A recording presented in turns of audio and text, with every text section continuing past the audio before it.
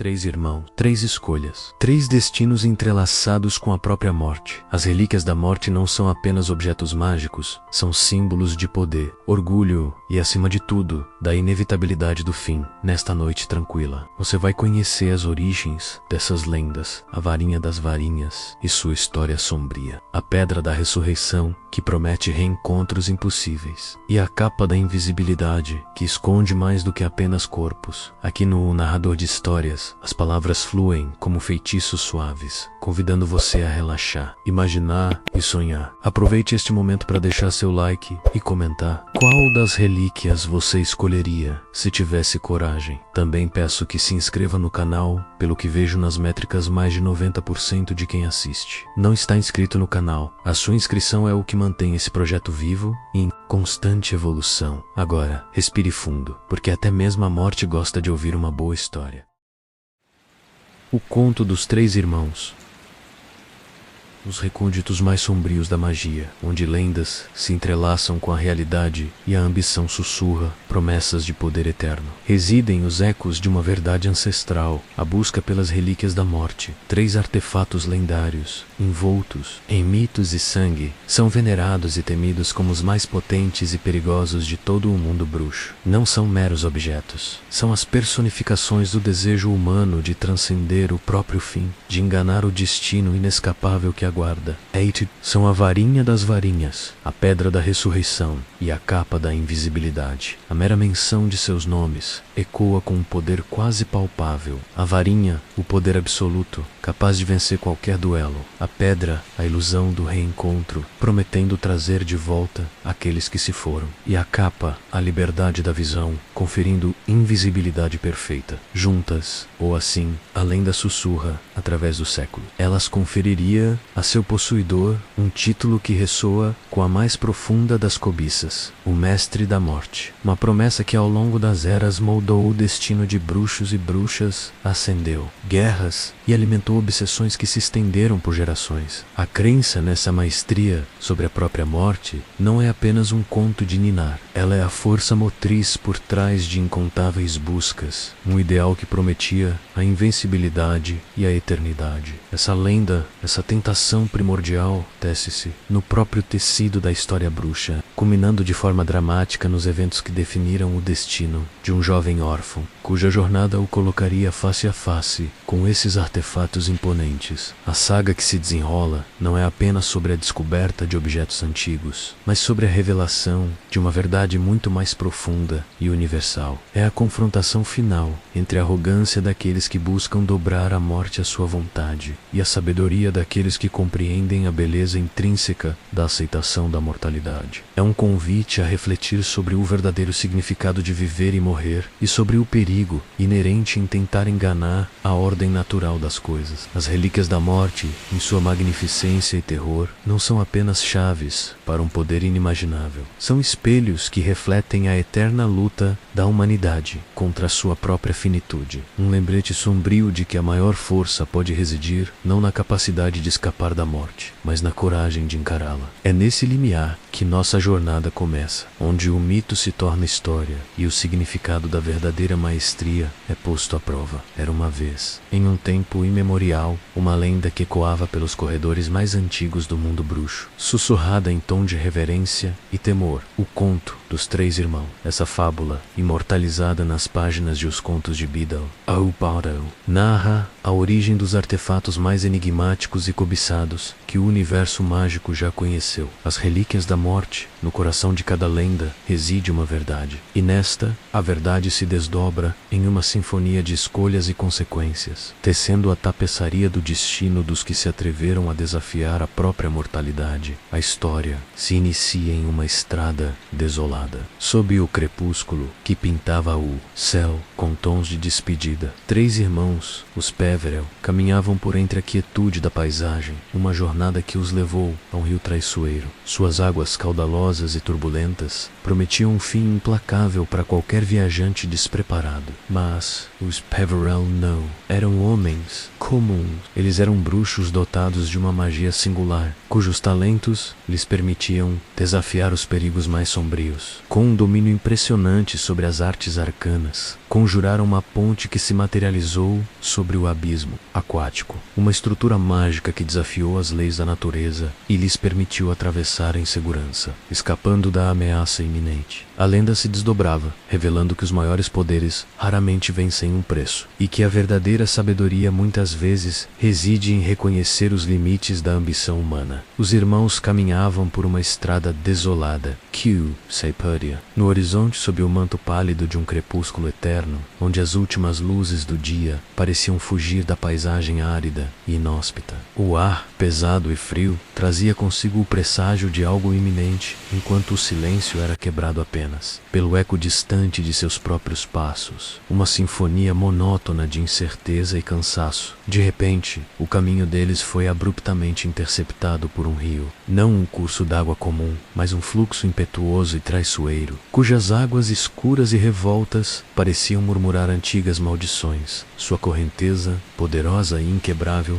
prometia arrastar para o esquecimento qualquer um que ousasse desafiá-la, e suas margens íngremes e escorregadias eram um convite à ruína. O rio era um portal, um limite natural imposto pela própria existência, onde incontáveis vidas já haviam sucumbido ao abraço gelado da aniquilação. Mas os Peverell, descendentes de uma linhagem de magos notáveis, eram homens de poder e astúcia sem igual. Com um domínio sobre a magia que poucos possuíam, eles não se renderam ao destino que parecia selado à sua frente. Com um gesto uníssono de suas varinhas, conjuraram um prodígio, uma ponte, não uma ponte de pedra ou madeira, mas uma estrutura, etérea e luminosa, nascida da pura vontade mágica, que se estendeu graciosamente sobre a vastidão sombria do rio, uma obra que desafiava as leis da natureza, uma vitória sobre a inevitabilidade que a morte impunha. Este ato, no entanto, não passou despercebido pela figura onipresente que velava sobre os destinos. A morte, que até então considerava aquelas águas como parte de seu domínio exclusivo,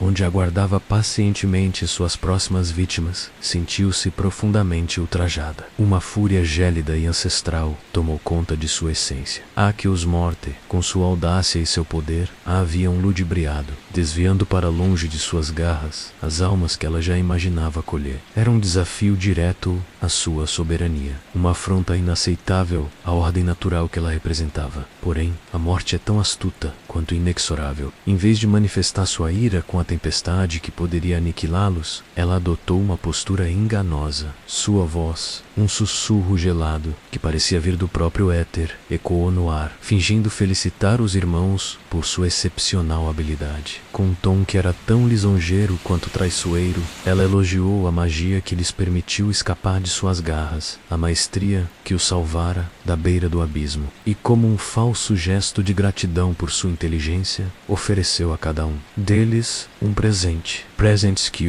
à primeira vista, pareciam bênçãos divinas, moldados pelos mais profundos desejos do coração humano, mas na realidade eram armadilhas sublimes, engenhadas com uma malevolência silenciosa, concebidas para testar e expor as falhas inerentes à natureza ambiciosa e iludida dos homens, dos três. O primeiro a se apresentar foi Antíoco Peverell, um homem de espírito indomável. Sua alma ardia com a chama da ambição e o desejo incessante por poder. Não era de admirar que, confrontado pela própria morte, ele não visse uma ameaça, mas uma oportunidade de solidificar sua supremacia. Antíoco, um bruxo de natureza belicosa, tinha um único e ardente desejo: possuir a varinha mais poderosa que já existira. Um artefato que lhe garantisse a vitória em cada duelo, em cada confronto, tornando-o invencível diante de qualquer adversário. Ele almejava o domínio absoluto, a invulnerabilidade que só a magia suprema poderia conferir. A morte, com sua astúcia ancestral, pareceu acatar o pedido. Próximo ao rio onde a ponte mágica fora erguida, ela estendeu a mão para um ancião sabugueiro,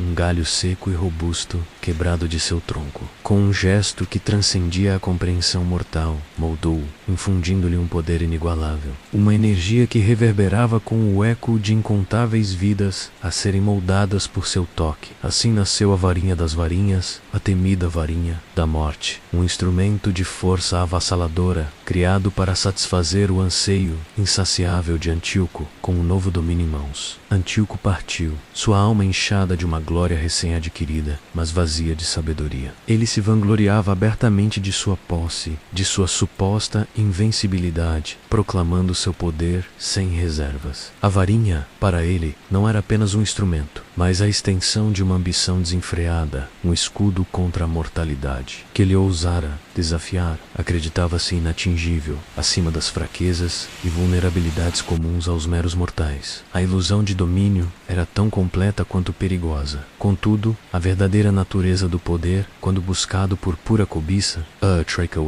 a varinha das varinhas, que Antíoco acreditava ser sua eterna guardiã, provou ser o próprio catalisador de seu fim. A fama de seu poder, ecoando por terras, atraiu a atenção daqueles cuja ambição espelhava a sua própria, mas sem o brilho de uma ética sequer minimalista. Enquanto dormia em um leito que ele julgava seguro, sob o manto da escuridão e da autoenganação, Antíoco foi visitado não pela morte em sua forma original, mas por um sombrio reflexo dela, um bruxo invejoso, atraído pela lenda da varinha. O usurpador não buscou um duelo, uma prova de força. Ele cobiçava o poder em seu estado mais bruto, sem a necessidade de meritocracia. Na calada da noite, Antíoco Peverell foi roubado e brutalmente assassinado, seu fim sendo tão abrupto quanto violento. A varinha, o objeto de sua obsessão e vanglória, foi a direta responsável por sua queda, passando de suas mãos para as do assassino, sem sequer uma resistência. Seu reinado do invencibilidade durou pouco, culminando em uma morte precoce. E a tragédia de Antíoco revela uma verdade sombria. A busca por poder absoluto, desprovida de sabedoria e humildade, é um caminho que invariavelmente conduz à ruína, transformando o suposto invencível em vítima de sua própria cobiça insaciável. O destino da varinha das varinhas seria, desde então, marcado por um rastro de sangue e traição, ecoando o violento fim de seu primeiro portador, enquanto a chama da ambição devorava o primeiro dos Peverell. Outro destino aguardava o segundo, irmão Cadimo. Embora dotado de uma soberba que o igualava à audácia de Antíoco, o coração de Cadimo jazia estilhaçado sob o peso de uma dor incomensurável. A morte, cruel e implacável, levara sua amada, e em seu lugar restara apenas um vazio gélido, uma saudade que consumia sua alma em chamas silenciosas. Ao deparar-se com a morte na ponte, seu desejo não foi por glória ou poder terreno, mas por uma súplica desesperada, uma tentativa de reverter o fluxo inexorável da existência. Ele não queria uma varinha invencível. Ele almejava o impossível, a capacidade de trazer de volta aqueles que a morte havia reclamado, de resgatar o amor perdido das garras do abismo. A morte, com sua astúcia ancestral com os do Liu que pedia, ou assim parecia, de uma pedra do rio, ela moldou a pedra da ressurreição, um artefato que prometia unir o véu entre os vivos e os mortos. Com um misto de esperança e terror, Cadimo invocou sua amada, e ela veio. No entanto, o que retornou não era mulher, vibrante e cheia de vida que ele conhecera, mas um espectro pálido, um eco fantasmagórico de seu ser, fria, distante e envolta em uma melancolia profunda. Ela não pertencia verdadeiramente ao mundo dos vivos. Seus olhos, antes cheios de calor, agora carregavam a tristeza dos limbos, a ausência de um lugar entre os mundos. A ilusão de seu retorno revelou-se um tormento, tanto para Cadimo quanto para a própria aparição. A cada momento de sua presença etérea, a dor de Cadimo não diminuía, mas se intensificava, transformando sua esperança em agonia. O que ele pensava ser um reencontro era, na verdade, um lembrete constante da irreparável perda, uma visão distorcida de um amor que jamais poderia ser restaurado em sua plenitude, não como ele a lembrava, vibrante e cheia de vida, mas como uma sombra pálida, uma figura etérea que pairava entre dois mundos, sem realmente pertencer a nenhum. Sua presença era um espectro gelado, desprovida do calor da existência, de qualquer vitalidade que pudesse preencher o vazio deixado em seu petal. Os olhos, que um dia brilharam com afeição, agora exibiam uma melancolia profunda, um fardo pesado de tristeza que não podia ser aliviado. Era o eco de uma alma presa, um fragmento de memória compelido a retornar, mas incapaz de encontrar paz ou de se reconectar plenamente com o reino dos vivos. Cada olhar, cada movimento lento e hesitante da amada era um lembrete cruel da natureza quebrada daquele retorno. Ela era uma manifestação de saudade e arrependimento, não de redenção. O sofrimento não era apenas de Cadimo, que via seu sonho de reencontro transformado em um pesadelo silencioso. O maior suplício era dela, forçada a existir em um limiar insuportável. Ela sentia a dor da não pertencimento, a angústia de ser uma presença fantasmagórica em um mundo que não era mais o seu. O ar que a cercava era pesado com sua melancolia, seu silêncio carregado de um desespero que não podia ser articulado, apenas sentido. Não havia alegria em seu retorno, nem consolo em sua proximidade forçada. Havia apenas uma dor incessante, a tortura de uma existência que era tanto vida quanto morte, mas que não era nem uma coisa nem outra em sua plenitude. Cadimo, que tanto a desejara de volta, viu-se confrontado com a terrível verdade. Ele não a trouxera de volta para a vida, mas sim para uma prisão etérea. Seu amor, em sua arrogância e desespero, havia apenas estendido o tormento que a morte, em sua finalidade, havia encerrado. A ressurreição, longe de ser um milagre, revelou-se uma maldição, uma demonstração da futilidade de tentar enganar o ciclo natural da existência, a visão de sua amada, eternamente presa nesse limbo de sofrimento. Transformou o desejo de Cadimo em uma agonia indescritível, um peso insuportável que o corroía por dentro, demonstrando a cruel ironia de um desejo atendido de forma distorcida. A cada dia, a cada hora passada, na presença daquele espectro silencioso e pesaroso, Cadimo sentia a inevitável conclusão se aproximar. Uma verdade amarga que a própria presença dela clamava sem palavras. A tragédia de Cadimo Peverell é um sombrio epitáfio àqueles que, consumidos pela dor, buscam consolo na manipulação do inevitável. Após a concessão de seu desejo pela morte, Cadimo, um bruxo de coração partido, viu-se em posse da Pedra da Ressurreição, um artefato de poder singular, mas de uma crueldade velada. Ele havia clamado por uma forma de reencontrar sua amada, perdida para o reino dos vivos, e a pedra, de fato, oferece-lhe essa possibilidade. Contudo, essa reunião foi mais uma maldição do que uma bênção. A ausência da amada de Cadimo era uma ferida aberta em sua alma, um vazio que nenhuma magia parecia capaz de preencher. A perda o havia dilacerado, e o luto se tornara seu companheiro constante, uma sombra que o seguia a cada passo. A pedra, embora oferecesse a ilusão de um retorno, não podia curar a verdadeira fonte de seu sofrimento. Em vez disso, aprofundou-o,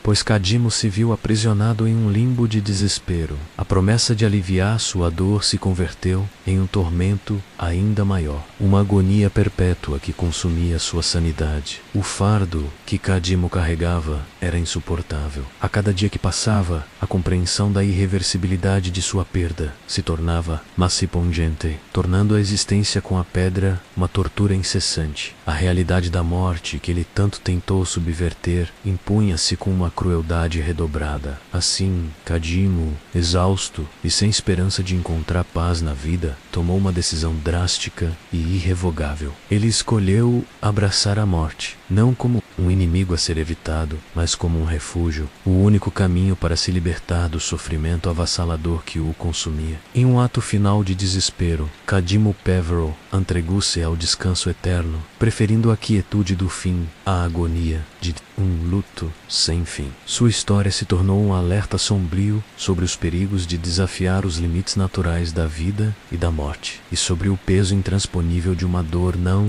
aceita. O terceiro irmão, Ignoto Peverell, distinguia-se pela sua notável humildade e por uma sabedoria que transcendia a ganância ou o desespero. Ao contrário de seus irmãos, que ansiavam por poder absoluto ou pela reversão da perda, Ignoto nutria uma profunda desconfiança em relação à morte, compreendendo a natureza traiçoeira daquela que tentara ceifar suas vidas no rio. Quando a morte astuta e ardelosa ofereceu seu presente, Ignoto não pediu grandiosidade ou a anulação da finitude. Seu desejo era simples, mas imensamente profundo, algo que lhe permitisse seguir seu caminho sem ser perseguido, um meio de se desvencilhar da inexorável presença da própria morte, até que fosse a hora certa. A morte, percebendo a inteligência e a prudência de Ignoto, e talvez relutantemente, concedeu-lhe sua própria capa da invisibilidade. Esta não era uma capa comum, efêmera e suscetível a desvanecer-se ou ser detectada por feitiços reveladores. Era uma relíquia singular, a mais segura e a única das três, que não carregava consigo a semente da maldição ou do sofrimento. Sob o manto indistinguível, Ignoto Peverell desapareceu do alcance da morte, vivendo uma existência longa e plena, repleta de experiências e sabedorias acumuladas ao longo de muitos anos. Ele não buscou a imortalidade, mas a autonomia para viver sua vida em seus próprios termos, sem a sombra constante do fim pairando sobre ele prematuramente, enquanto seus irmãos, cegos pela ambição ou pelo desespero, buscavam desafiar o inevitável. Ignoto Peverell, o caçula, possuía uma sabedoria que transcendia a mera astúcia. Ele não clamava por poder invencível ou pela vã tentativa de reverter o irreversível. Ignoto, com uma humildade rara e uma percepção aguda da verdadeira natureza da existência, pediu algo singelo, mas profundamente significativo, um meio para prosseguir em sua jornada sem ser perseguido pela própria morte. Assim, a morte, com uma relutância palpável, construiu-lhe sua própria capa da invisibilidade. Mas Ignoto não a usou para fugir da mortalidade. Ele a empregou para navegar pela vida, para observar sem ser visto, para viver uma existência rica e desimpedida, livre das garras da ganância ou do luto inconsolável que afligiam seus irmãos. Ele viveu por longos e prósperos anos. Testemundo. As estações mudarem, as gerações nascerem e partirem, compreendendo o ciclo natural da vida e da morte em sua plenitude. Sua capa não era uma barreira para a morte, mas um véu que lhe permitia viver sem ser dominado pelo medo dela, cultivando a paz interior e a aceitação. Apenas quando a velhice o alcançou, quando sentiu que sua jornada terrena havia cumprido, seu propósito e seu tempo havia chegado, Ignoto fez o ato final de sua sabedoria. Ele removeu a capa da invisibilidade. Não havia terror em seus olhos, nem a amargura de quem foi vencido pela escuridão. Em vez disso, saudou a morte não como uma inimiga temida, mas como uma velha amiga, um desfecho natural e inevitável de uma vida bem vivida, plena de propósito e significado. Sua aceitação serena contrastava drasticamente com as tragédias que consumiram Antíoco e Cadimo, presos em suas buscas vãs por poder e domínio sobre o destino. Ignoto Peverell, com sua humildade e seu profundo entendimento da condição humana, revelou a verdadeira essência de ser o mestre da morte. Não é controlá-la ou evitá-la a todo custo, mas sim aceitá-la como parte integrante da própria vida, um componente intrínseco que, quando compreendido, liberta o espírito. Ele não buscou a imortalidade, mas encontrou a paz e a plenitude ao compreender que a vida é mais rica quando se abraça a sua finitude. A verdadeira vitória sobre a morte não reside em desafiá-la, mas em viver tão plenamente que, ao fim, ela não seja mais uma adversária a ser temida, mas um caminho para o descanso merecido, uma transição serena para o além. A verdadeira essência do conto dos três irmãos reside em sua profunda moral, um espelho da alma humana diante da inevitabilidade da morte. É uma lição contundente sobre a ambição desmedida versus a serena aceitação da finitude da vida, revelando que a busca pelo domínio absoluto sobre a morte só pode levar a caminhos de sofrimento e desilusão. A história de Antíoco Peverell é um testemunho pungente dessa verdade. Movido por uma sede insaciável de poder, ele desejou a varinha das varinhas, a arma definitiva que o faria invencível. Mas a invencibilidade era uma miragem. Sua ambição, longe de protegê-lo, marcou-o como alvo. A glória efêmera de possuir o objeto mais poderoso do mundo bruxo foi rapidamente ofuscada pela violência que ele atraiu. A morte, que ele julgava ter enganado com sua nova arma, o alcançou traiçoeiramente em seu sono, provando que a busca pelo domínio absoluto sobre a vida e a morte culmina apenas em destruição e um fim prematuro. Sua história é um grito silencioso contra a loucura outra de acreditar que o poder pode subverter a ordem natural da existência. Cadmo Peverell, por sua vez, representava a dor do luto, a negação da perda. Em seu desespero, ele buscou a pedra da ressurreição, acreditando que poderia reverter a dor insuportável da separação. Mas a morte não se deixa iludir tão facilmente. Aquilo que ele trouxe de volta não era a vida em sua plenitude, mas um eco sombrio, uma sombra pálida de sua amada, presa entre os mundos, incapaz de encontrar paz. A pedra, ao invés de curar, aprofundou sua agonia, transformando a esperança em um sofrimento ainda maior. Incapaz de suportar a visão da alma incompleta de sua amada e a realidade de uma ressurreição falha, Cadmo abraçou a morte voluntariamente, não para se juntar à vida, mas para escapar da ilusão e da dor lancinante daquela pseudo-existência. Sua jornada é um doloroso lembrete de que tentar manipular a morte para preencher um vazio é um caminho que leva apenas a um sofrimento mais profundo. E a negação da própria vida, totalmente distinto, foi o caminho de Ignoto Peverell. El não buscou o poder que corrompe, nem a vã esperança que dilacera. Sua sabedoria era de quem compreende a morte, não como uma inimiga a ser combatida ou enganada, mas como uma etapa inevitável da jornada. Ele pediu a capa da invisibilidade, não para fugir da morte por medo, mas para viver plenamente, no seu próprio tempo, até o momento em que estivesse pronto para encontrá-la. A capa lhe concedeu a liberdade de existir sem ser perseguido, de abraçar a vida em sua totalidade. Ele viveu longos anos, colhendo os frutos de sua humildade e aceitação. E somente quando seu tempo estava completo, despojou-se da capa. Ele não foi forçado a partir, ele escolheu partir. Encontrou a morte não como um adversário, mas como uma velha conhecida, aceitando-a com a serenidade de quem viveu uma vida sem arrependimentos, sem a ilusão de controle sobre o incontrolável. Sua passagem foi um exemplo de paz, demonstrando que o verdadeiro mestre da morte não é aquele que a derrota, mas aquele que a entende, a respeita e vive de tal forma que, ao final, a encontra como uma amiga. É nessa aceitação da mortalidade que reside a verdadeira e duradoura plenitude da existência. A varinha das varinhas.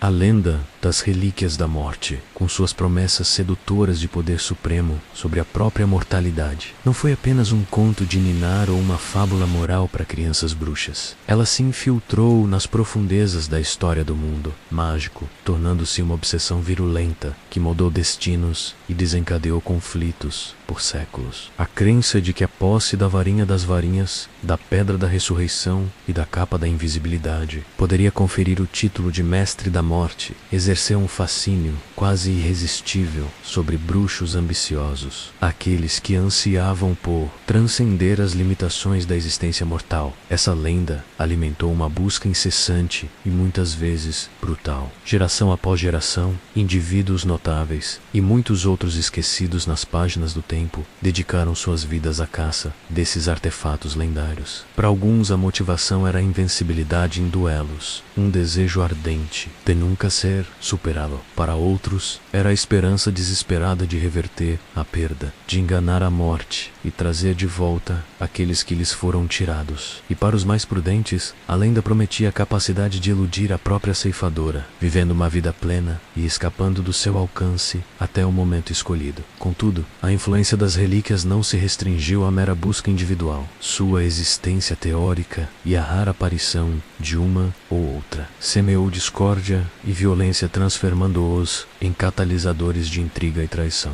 Aqueles que acreditavam em seu poder supremo muitas vezes sucumbiam à cobiça e à paranoia, dispostos a qualquer coisa para obter clós ou para manter seu controle. A lenda se tornou um véu que distorcia a percepção da realidade, obscurecendo o verdadeiro significado da vida e da morte em troca de uma ilusória promessa de domínio. Em essência, as relíquias da morte representaram a personificação da tentação humana de controlar o incontrolável, de desafiar os desígnios naturais e, por fim, de pagar o preço amargo amargo por essa obsessão. A varinha das varinhas, o primeiro e mais temido dos artefatos lendários forjados pela morte no conto dos irmãos Peverell, carrega em sua essência um legado de violência e traição que ecoa através das eras do mundo bruxo. Sua reputação como a mais poderosa das relíquias não era um mero boato, mas uma verdade amarga, forjada em sangue e ambição desmedida. A lenda antiga sussurra que seu poder singular não reside apenas na capacidade de conjurar magias inigualáveis, mas em sua lealdade. Ela não serve ao bruxo que a possui por herança ou roubo simples, mas sim àquele que a desarma ou a derrota. Mkmbate, esse princípio fundamental de lealdade regeu seu percurso transformando-a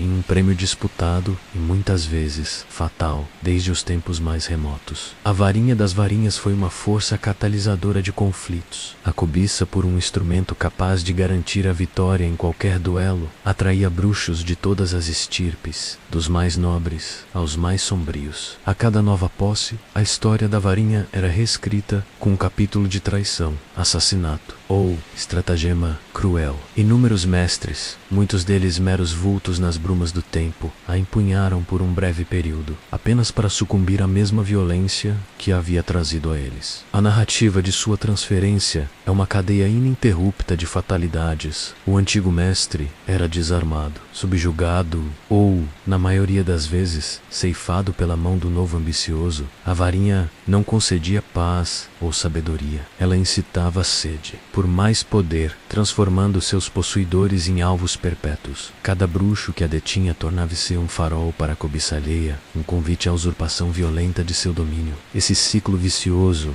onde a morte do mestre anterior era o preço pela ascensão do próximo, solidificou a reputação da varinha das varinhas não como um símbolo de glória, mas como um presságio de desgraça, um objeto que prometia poder, mas entregava apenas uma morte violenta e precoce. Seu rastro na história é uma trilha de corpos e ambições frustradas, um testemunho sombrio de sua influência corruptora e do legado de sangue que a definia. A varinha das varinhas, um artefato lendário, nascido da ambição desenfreada de Antioco Peverell, continuou seu trajeto sangrento através dos séculos, deixando um rastro de poder e tragédia. No século XX, antes mesmo que o nome de Lord Voldemort gerasse calafrios, um bruxo das trevas ascendeu ao domínio. Seu nome era Gellert. Ele era uma figura de carisma sombrio e uma ambição tão vasta quanto implacável, determinado a moldar o mundo bruxo à sua própria visão. Grindelwald compreendia, com uma clareza arrepiante, o poder absoluto que a varinha das varinhas conferia a seu mestre. Ele a cobiçava não apenas por sua invencibilidade em duelos, mas como um instrumento supremo para concretizar sua filosofia distorcida, a de que a supremacia bruxa deveria ser imposta para o bem maior,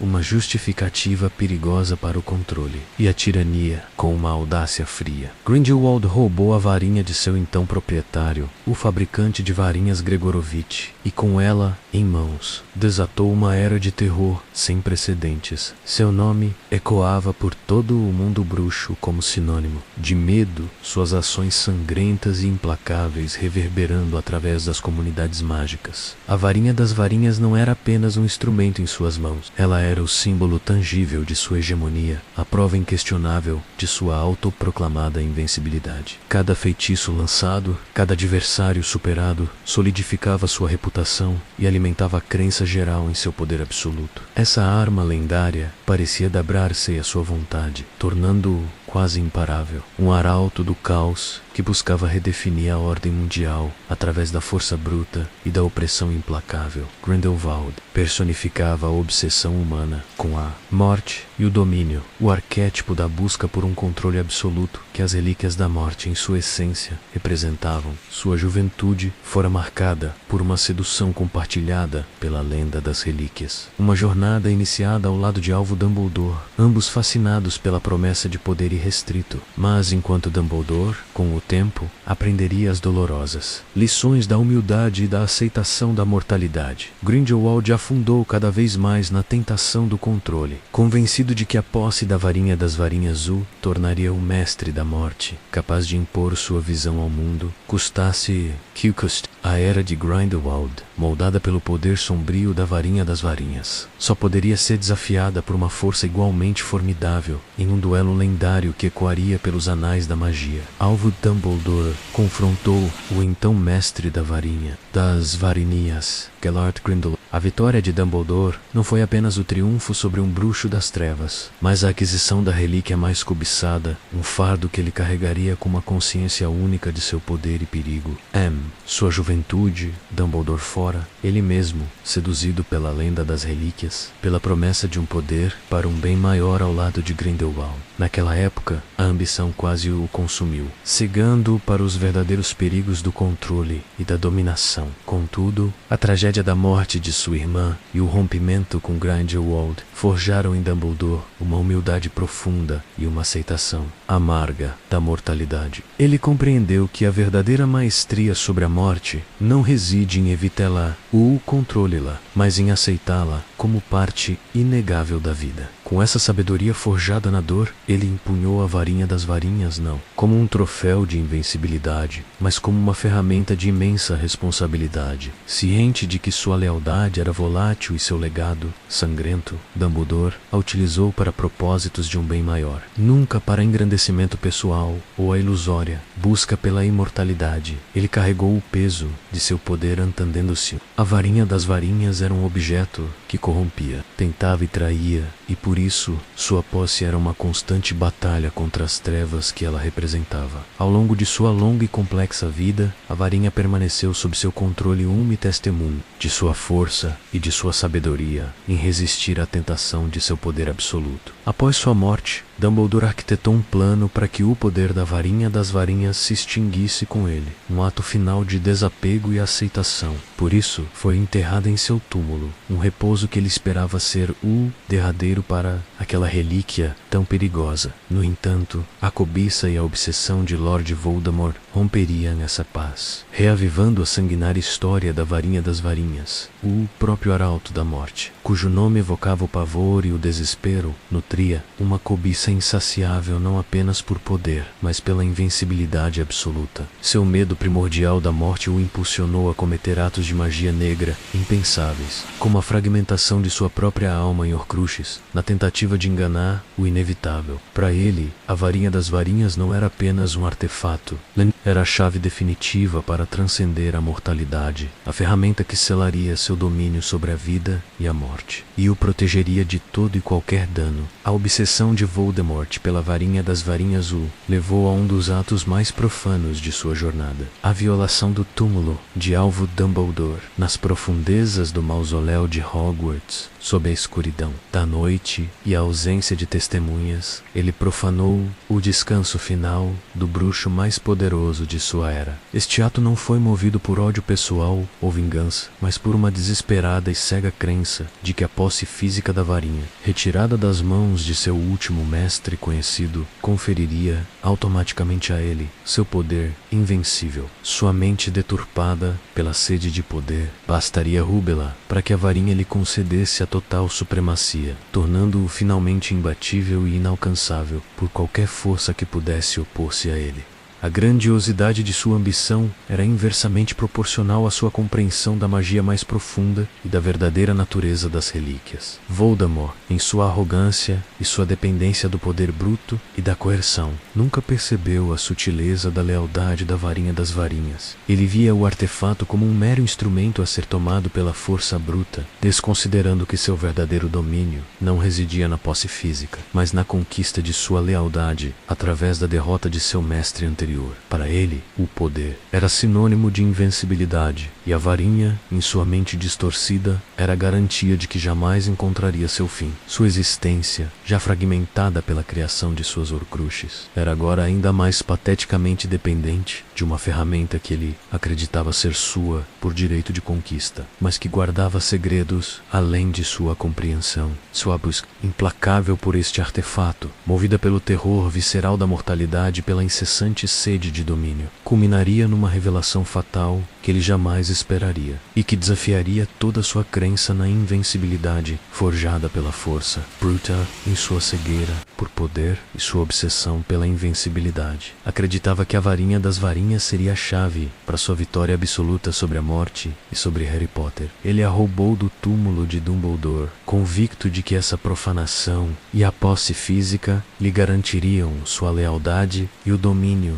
irrestrito sobre seu poder. Contudo, a varinha mais poderosa do mundo bruxo não se submete à força bruta, à cobiça ou ao roubo vil. Sua fidelidade é forjada em uma intrincada teia de lealdade na derrota do mestre anterior, uma verdade profunda, quase mística, que o Lord Voldemort, em sua arrogância e medo da mortalidade, jamais pôde compreender, e que se revelaria a reviravolta inesperada que selaria seu destino. A verdadeira maestria da varinha das varinhas reside, não na sua posse física, mas na conquista de sua lealdade, que se transfere para aquele que derrota ou desarma seu mestre. Era um segredo que Alvo Dumbledore conhecia e que, em seus últimos e complexos planos, orquestrou de forma que, mesmo após sua morte, a varinha não caísse nas mãos erradas. Ao desarmar Dumbledore no alto da torre de astronomia, ainda que sob ordens diretas e com um coração relutante, Draco Malfoy, sem saber, inadvertidamente se tornou o mestre da varinha das varinhas. Não houve ali intenção de poder ou dominação, apenas a execução de um dever terrível imposto por Voldemort. Mas aquela ação, naquele momento crítico, transferiu o domínio da relíquia de um grande bruxo para um jovem à beira do colapso. E foi assim que, na vertiginosa fuga da mansão Malfoy em meio ao caos, ao perigo iminente e ao desespero que permeava o ar, Harry Potter, em um ato de autopreservação e libertação, desarmou Draco Malfoy. Um gesto simples, quase instintivo, uma varinha capturada no ar, mas de uma profundidade sísmica para a balança de poder do mundo bruxo. Sem ter a menor ideia da magnitude de sua ação, Harry não apenas desarmou o inimigo, ele desarmou o mestre da varinha das varinhas. Naquele instante decisivo, a lealdade do artefato supremo, antes nas mãos de Dumbledore e depois brevemente, com Draco, transferiu-se silenciosamente e de forma incontestável para o garoto que sobreviveu. O último herdeiro de Ignoto Peverell, no ápice da batalha, quando Harry Potter e Lord Voldemort se enfrentaram pela última vez, a verdade da lealdade da varinha se revelou em toda a sua glória e tragédia. Voldemort, em sua cegueira por poder, apontava a varinha das varinhas contra seu verdadeiro mestre, um mestre que ele jamais reconheceria. O feitiço mortal de Voldemort ricocheteou, um ato de traição da própria varinha, que se recusava a ferir seu legítimo possuidor. A maldição final que ele lançou sobre Harry Voltus contra si mesmo, resultando em sua derrota e aniquilação, com a escuridão de Voldemort dissipada. Harry Potter, agora o inquestionável mestre da varinha, das varinhas, executou um ato de sabedoria que ecoaria por eras, em vez de cobiçar seu poder ilimitado ou de sucumbir à tentação de uessá-la para a glória pessoal. Ele a empregou em uma única e crucial tarefa: reparar sua própria varinha, fiel e quebrada, um símbolo de sua jornada e de sua verdadeira. Foi um gesto de humildade e restauração, mas o desapego de Harry não se encerrou aí. Compreendendo o ciclo de violência e ambição que a varinha das varinhas havia perpetuado ao longo do século, ele tomou uma decisão sem precedentes. Com um propósito claro, Harry devolveu a varinha ao túmulo de Alvo Dumbledore, de onde havia sido profanamente removida. Sua intenção era que, quando ele próprio morresse de causas naturais, sem nunca ter sido desarmado ou derrotado, o poder da varinha das varinhas seria finalmente extinto, quebrando para sempre a corrente de Sanga Eterania. Ele escolheu ser o último, não o eterno mestre, encerrando a era de seu domínio fatal sobre o mundo bruxo. A derrota de Voldemort foi não apenas o fim de uma era sombria, mas o prenúncio de uma decisão que reverberaria pela história. Harry Potter, o verdadeiro mestre da varinha das varinhas, detinha em suas mãos o artefato mais cobiçado e sangrento do mundo bruxo. Sua primeira ação, um gesto de profunda lealdade e sabedoria, não foi a de empunhar a varinha para si ou para governar, mas sim para reparar o que havia sido quebrado. Sua própria varinha, a companheira fiel de tantas batalhas, a qual o havia acompanhado em toda sua jornada. Este ato inicial já anunciava a singularidade de sua mestria, desvinculada da ambição pelo poder ilimitado. Um indício de que o jovem bruxo não seguiria o caminho de seus antecessores, a varinha das varinhas, conhecida por seus incontáveis mestres e sua trajetória, manchada por violência, traição e assassinato, representava um ciclo vicioso de dominação e morte. Antíoco Peverell sucumbiu à cobiça por ela. Grindelwald a usou para semear o terror pelo continente. Até mesmo o alvo Dumbledore, em sua juventude, foi seduzido por seu fascínio, ainda que por motivos mais nobres. Mas Harry, diferente de todos os seus antecessores, compreendeu a verdadeira essência da mestria sobre a morte, não controlá-la ou subjugá-la, mas aceitá-la e, mais importante, não permitir que a busca pela imortalidade ou pelo poder absoluto corrompesse a própria vida e a de outros. A decisão de Harry foi revolucionária em sua simplicidade e profundidade. Ele não buscou a glória eterna ou a invencibilidade que a varinha parecia prometer. Pelo contrário, em um ato de desapego e visão de futuro, ele optou por devolver a varinha das varinhas ao seu lugar de descanso, o túmulo de alvo Dumbledore. Sua intenção era clara e monumental: garantir que, ao morrer de causas naturais, a varinha perdesse seu poder para sempre, tornando-se inerte. Este gesto corajoso significava que o ciclo de violência e ambição que a varinha alimentara por incontáveis gerações seria, finalmente, quebrado e jamais voltaria a causar sofrimento ao escolher não ser seu mestre eterno, mas sim seu último mestre. Harry Potter demonstrou a mais pura forma de domínio. Não era o domínio sobre os outros, mas o domínio sobre si mesmo, sobre a tentação do poder e sobre o medo da mortalidade. Ele não ambicionava a invencibilidade, mas sim a paz e o término de um legado de dor. Sua escolha refletia a sabedoria do ignoto Peverell, que viveu plenamente ao aceitar seu destino e a morte como uma amiga, e não como uma inimiga a ser enganada. Harry, com este ato final de sabedoria, pôs um fim à sangrenta história da varinha das varinhas, selando seu destino não com mais derramamento de sangue, mas com a promessa de um futuro de aceitação e desapego. A varinha, que havia sido um instrumento de dominação e morte, tornou-se, pelas mãos de Harry, um símbolo de renúncia e da verdadeira maestria. A Pedra da Ressurreição.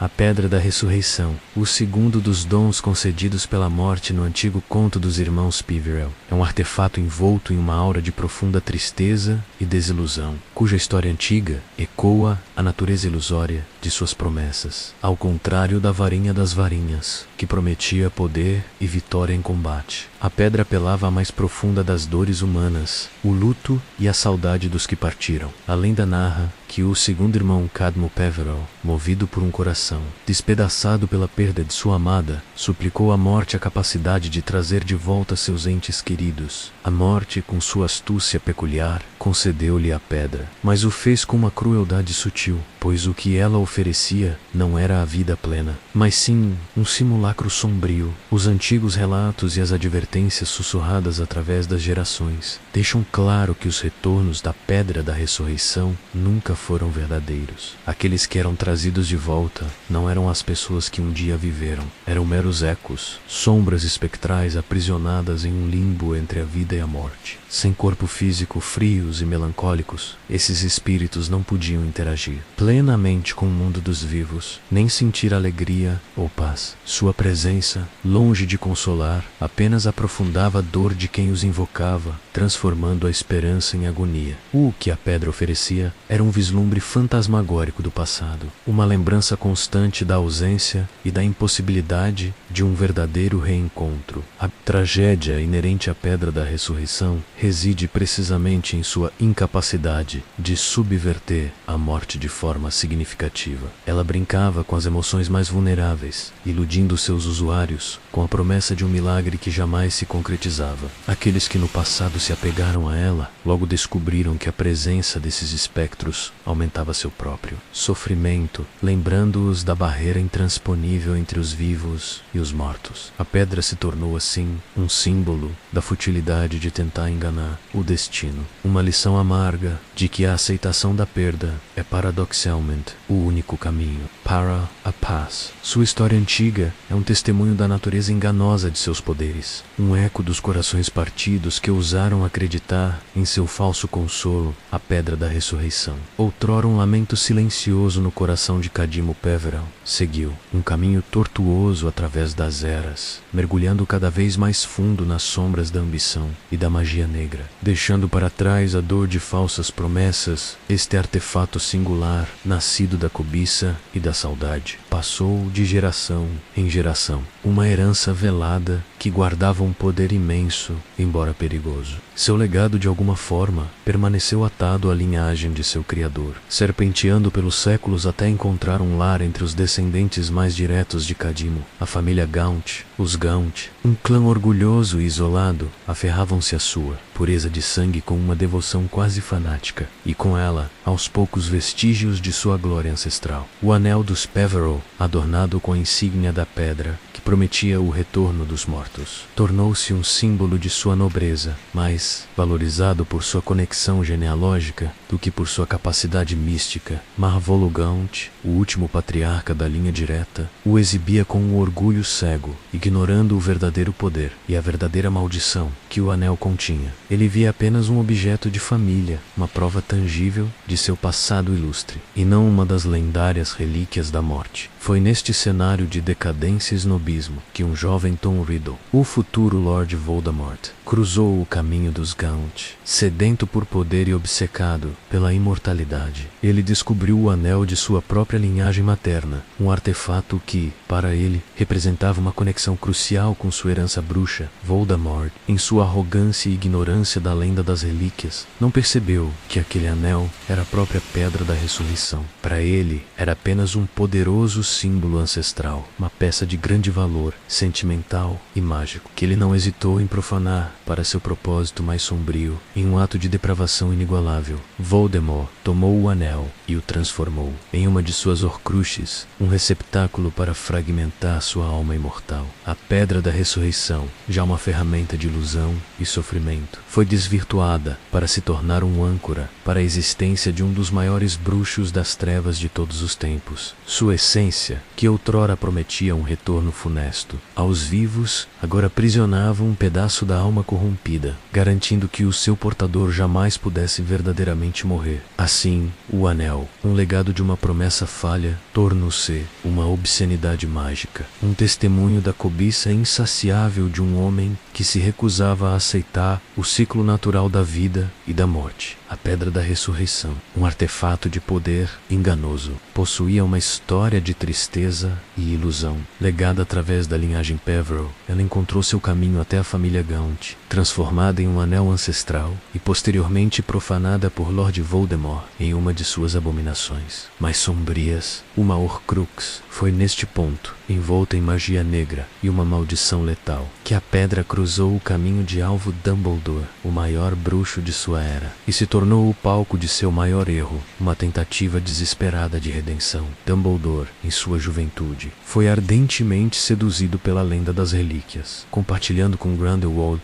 a visão de um poder supremo capaz de trazer um bem maior. No entanto, essa ambição juvenil culminou em tragédia, com a morte de sua irmã, Ariana. Um fardo esmagador de culpa e remorso o acompanharia por toda a vida, um desejo latente de expiar seus erros e talvez de encontrar a paz com os fantasmas de seu passado. Essa ferida profunda, jamais cicatrizada, seria o calcanhar de Aquiles de um homem sábio e poderoso. Quando Dumbledore reconheceu-o, Anel dos Gaunt não apenas como uma Horcrux, mas como a própria pedra da ressurreição, a tentação se tornou insuportável. Impulsionado por um desejo ardente de se comunicar com sua família perdida, menos em especial Ariana e seus pais, ele cedeu a um momento de imprudência que alteraria irrevogavelmente seu destino, ignorando a precaução que sua própria sabedoria ditaria e subestimando a perfídia da maldição que Voldemort havia lançado sobre a Horcrux para protegê-la. Dumbledore tentou usar a pedra. O resultado foi imediato e devastador. A magia negra imbuída no anel se voltou contra ele, envenenando-o de uma forma que desafiaria qualquer cura. A mão que alcançou a ilusão da redenção foi mortalmente ferida, condenando Dumbledore a uma morte iminente. Este ato, nascido da culpa e do desespero por um contato ilusório com o passado, tornou-se a personificação do perigo de se intrometer com a própria morte. A tentativa de burlar o luto, de reverter o irreversível, apenas acelerou o inevitável para Dox-Helmont. Foi esse erro fatal que selou a sabedoria final de Dumbledore. A compreensão de que nem mesmo o maior poder mágico poderia enganar a morte, e que o verdadeiro caminho para a paz não residia em tentar controlá-la,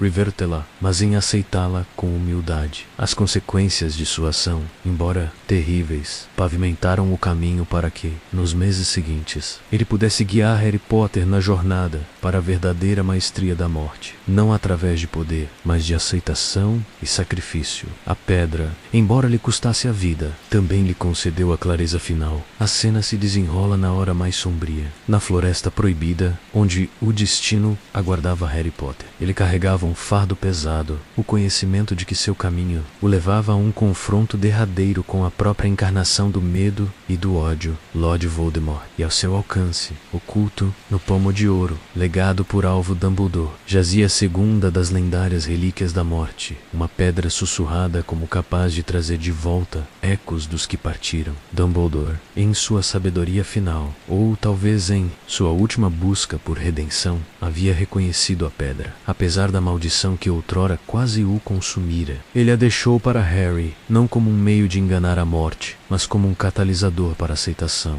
à medida que a figura de Voldemort se aproximava, e o sacrifício iminente se tornava uma realidade gélida e inegável. Harry abriu o pomo de ouro. Em seu interior repousava a pedra da ressurreição. Não havia tempo para deliberações, apenas a certeza esmagadora do que precisava ser feito. Ao girar a pedra em sua mão, uma emanação fria e etérea começou a surgir ao seu redor, formas translúcidas, tomando corpo na penumbra da floresta. Ali estavam espectros de um passado que ele tanto almejava reencontrar. A figura imponente de Tiago, o sorriso gentil de Lilia, o semblante leal de Sirius Black e a presença reconfortante de Remo Lupin. Eles não eram corpos vivos, mas Prisenks, reconfortantes, ecos de amor e sacrifício que transcendiam a barreira da morte. A voz de seu pai ecoou, um sussurro de encorajamento silente, enquanto a de sua mãe lhe insuflava a força para seguir em frente. Sirius, o padrinho que tanto o amou, e Lupin, o mestre sábio e amigo, estavam ao seu lado, suas presenças etéreas a dissipar o temor. Naquele instante crucial, Harry compreendeu que a pedra da ressurreição não trazia de volta os mortos, a vida plena, mas concedia uma última e vital conexão,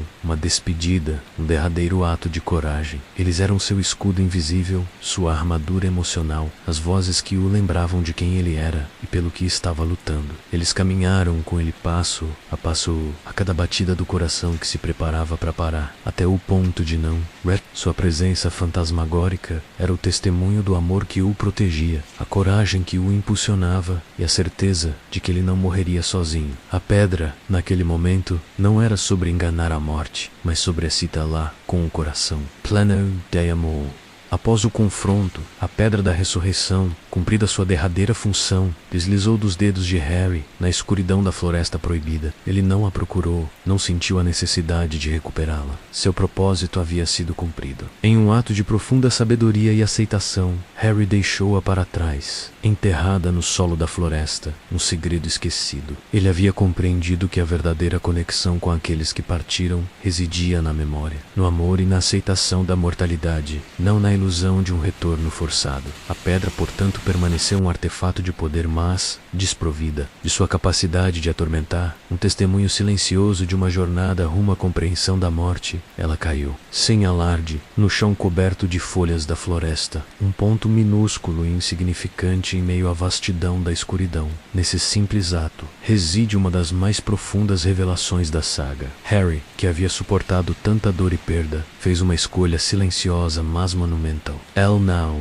buscou a pedra não se ajoelhou para recuperá-la, nem hesitou em deixá-la para trás, perdida entre a folhagem, o seu poder mítico agora, oculto sob a terra. Essa decisão consciente marcava o ápice de sua compreensão sobre a verdadeira natureza da morte e do luto. A pedra da ressurreição, embora oferecesse a quimera de um reencontro, nunca poderia trazer de volta a totalidade da existência. Apenas ecos, sombras que atormentavam mais do que consolavam. Cadmo, Peverell, o segundo irmão, havia saído para se juntar à sua amada, preso à tristeza de um retorno incompleto. Harry, contudo, transcendeu essa armadilha do desespero. Ele compreendeu, na essência de sua alma, que o verdadeiro consolo pelos entes queridos perdidos não reside em um artefato que tenta burlar as leis da natureza, mas sim na força indelével da memória e no poder perene do amor. O que eles representaram em vida, as lições que deixaram,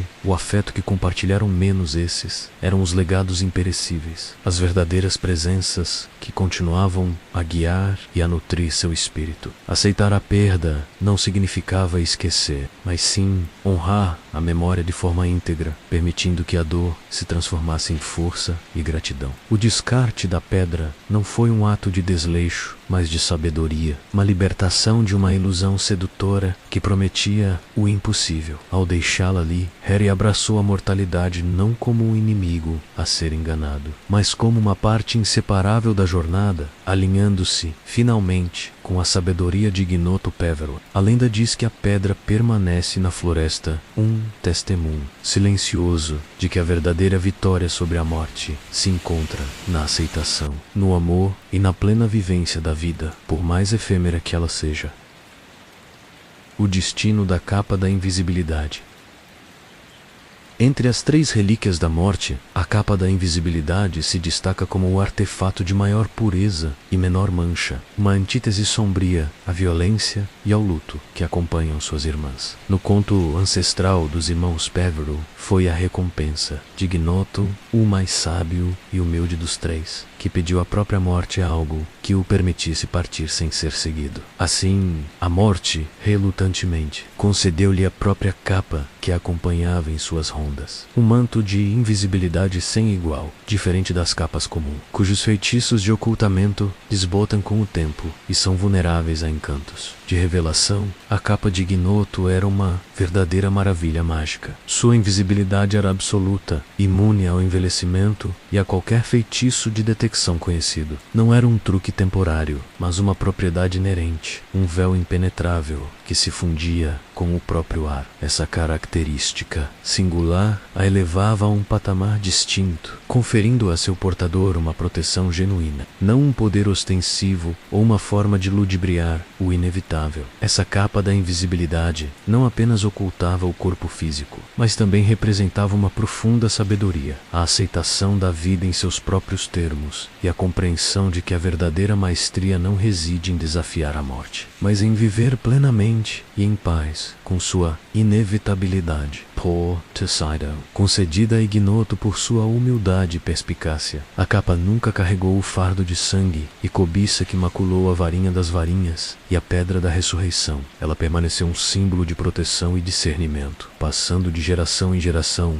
na linhagem direta de Ignoto Peverell, uma herança de um tipo diferente, não um objeto de poder a ser buscado obsessivamente, mas um legado de sabedoria e segurança, um refúgio discreto para aqueles que a possuíam por direito de sangue e por dignidade. Sua história antiga é um testamento de sua natureza única, uma relíquia de pura discrição em um mundo de ambições ruidosas. Foi essa mesma capa, um tesouro passado de geração em geração, que encontrou seu caminho até a família Potter, ecoando a herança ancestral de Ignoto. Tiago Potter, pai de Harry, foi o último a o empunhar, lá antes que Albus Dumbledore a tomasse emprestada, guardando-a com uma intenção que só seria revelada mais tarde. No Natal de seu primeiro ano em Hogwarts, Dumbledore a devolveu a Harry, não como um presente qualquer, mas como um elo tangível com seu passado, um símbolo de sua linhagem e uma premonição das provações que viriam para Harry. A capa transcendeu a função de mero instrumento de poder ou de uma rota de fuga fácil. Tornou-se de fato um prolongamento de sua própria existência, uma peça essencial em sua odisseia. Ela o capacitou a investigar os mistérios mais profundos de Hogwarts, permitindo-lhe mover-se como uma sombra imperceptível nos corredores noturnos da escola. Sob sua proteção,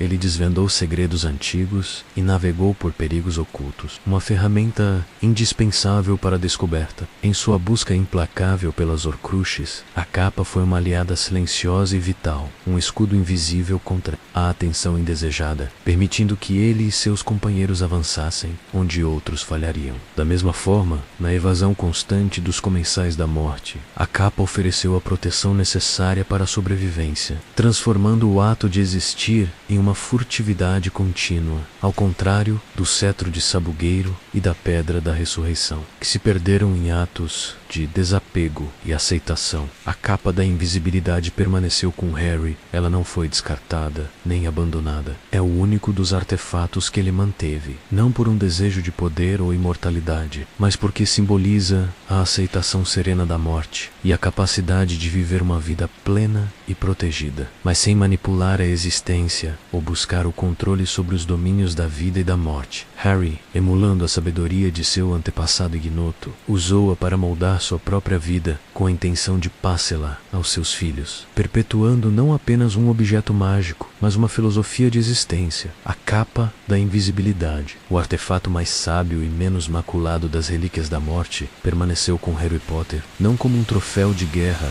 ou um símbolo de poder, mas como um legado direto de Ignoto Peverell, seu ancestral e o terceiro dos irmãos do conto, diferente da varinha das varinhas que Harry sabiamente devolveu e da Pedra da Ressurreição, que ele deixou para trás. A capa foi a única relíquia que ele manteve. Essa decisão não foi por apego material, mas por um entendimento profundo da verdadeira natureza do artefato e do que ele representava para a vida plena que ele buscava após os tumultuosos anos de Guerra Raposa II, Guerra Bruxa e a derrota definitiva de Voldemort. Harry não buscou o poder ou a fama, mas uma vida que honrasse as lições aprendidas em sua jornada. A capa da invisibilidade tornou-se um símbolo palpável dessa nova fase. Ela não era mais uma ferramenta para missões perigosas e investigações noturnas, embora certamente pudesse cumprir essa função. Em vez disso, a capa representava a capacidade de Harry de se mover pelo mundo com discrição, de viver uma vida sem o constante escrutínio que sua fama de o eleito trazia consigo. Ela permitia que ele desfrutasse de momentos de anonimato e normalidade, uma dádiva inestimável para alguém que cresceu sob os holofotes de uma profecia e de uma guerra. Permanência da capa com Harry espelha a sabedoria de Ignoto Peverell, que viveu uma vida longa e plena, aceitando a morte em seus próprios termos. Harry, ao manter a capa, demonstrou que a verdadeira maestria não reside em enganar a morte ou em acumular poder, mas em viver com integridade, amor e aceitação. Ele a usou para proteger sua família, para desfrutar de momentos simples, sem ser reconhecido, e para navegar por um mundo que ainda tentava se ajustar à paz. A copa tornou-se um elo com seu passado, mas também um instrumento para construir um futuro, onde o legado de Ignoto Peverell, uma vida plena e a aceitação serena do destino, foi finalmente concretizado através de Harry. Oh, Maester Dawn, morte que escolheu a vida. E, um dia, como a tradição Peverell, a capa seria passada para seus próprios filhos, continuando o ciclo de proteção